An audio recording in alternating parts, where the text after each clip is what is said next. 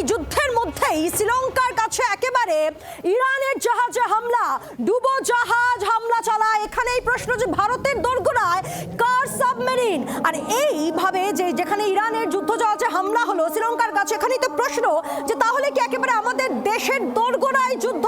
আমরা এই পুরো বিষয়টি বোঝার চেষ্টা করব। আমাদের সঙ্গে সরাসরি নিউজরুম থেকে সব্যসাচী রয়েছে।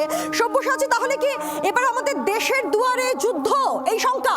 একদমই পায়েল, এবং তুমি ভাবো যুদ্ধ যদি ভারতের ম্যাপটা দেখি, যদি এই দিকে যুদ্ধটা হয় সেখানে একেবারে ভারতের পায়ের কাছে শ্রীলঙ্কার কোস্টাল এরিয়ায় জাহাজে আগুন, জাহাজে বিস্ফোরণ।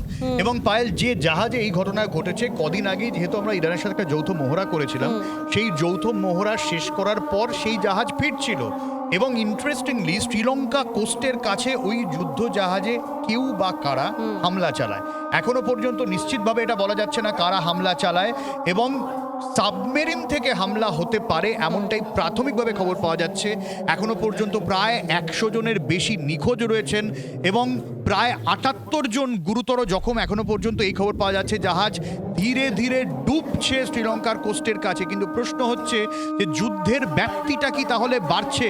যেখানে গোটা পশ্চিম এশিয়া, মধ্যপ্রাচ্য জ্বলছে, মূলত হরমুজ প্রণালী এবং ওই চত্বরটায় পারস্য উপসাগর বা আরব সাগরের আপার দিকটায় এখানে যুদ্ধ চলছে এবং একাধিক জাহাজে হামলা চালানোর কথা জানা যাচ্ছে। ঠিক সেই জায়গায় দাঁড়িয়ে একেবারে ভারতের দোরগোড়ায় যখন যুদ্ধের আজ পৌঁছাচ্ছে, যুদ্ধের ব্যাপকতা নিয়ে প্রশ্ন উঠছে। এবং পায়েল, খুব স্বাভাবিকভাবেই এই প্রশ্নটা উঠছে যে এত দূরে সাবমেরিন কার এবং হামলাটা কে চালালো? একেবারে ধন্যবাদ তোমাকে সব্যসাচী। ঠিক এই জায়গা থেকে ভাবুন একেবারে যে ভারতের দোরগোড়ায় তাহলে কি যুদ্ধ, যেটা শঙ্কা তৈরি হয়েছে। আমরা কথা বলবো আন্তর্জাতিক সম্পর্ক বিশেষজ্ঞ অনিক চট্টোপাধ্যায় আমাদের সঙ্গে রয়েছেন। অনিক বাবু, এই গত 4 থেকে 5 দিন ধরে আমরা যে বিশ্বে যুদ্ধের আবহ দেখছি এবং মধ্যপ্রাচ্যে অশান্তি, এই আবহের মধ্যে তাহলে কি একেবারে আমাদের দেশের দুয়ারে যুদ্ধ, এই শঙ্কা তৈরি হয়েছে এই মুহূর্তে দাঁড়িয়ে?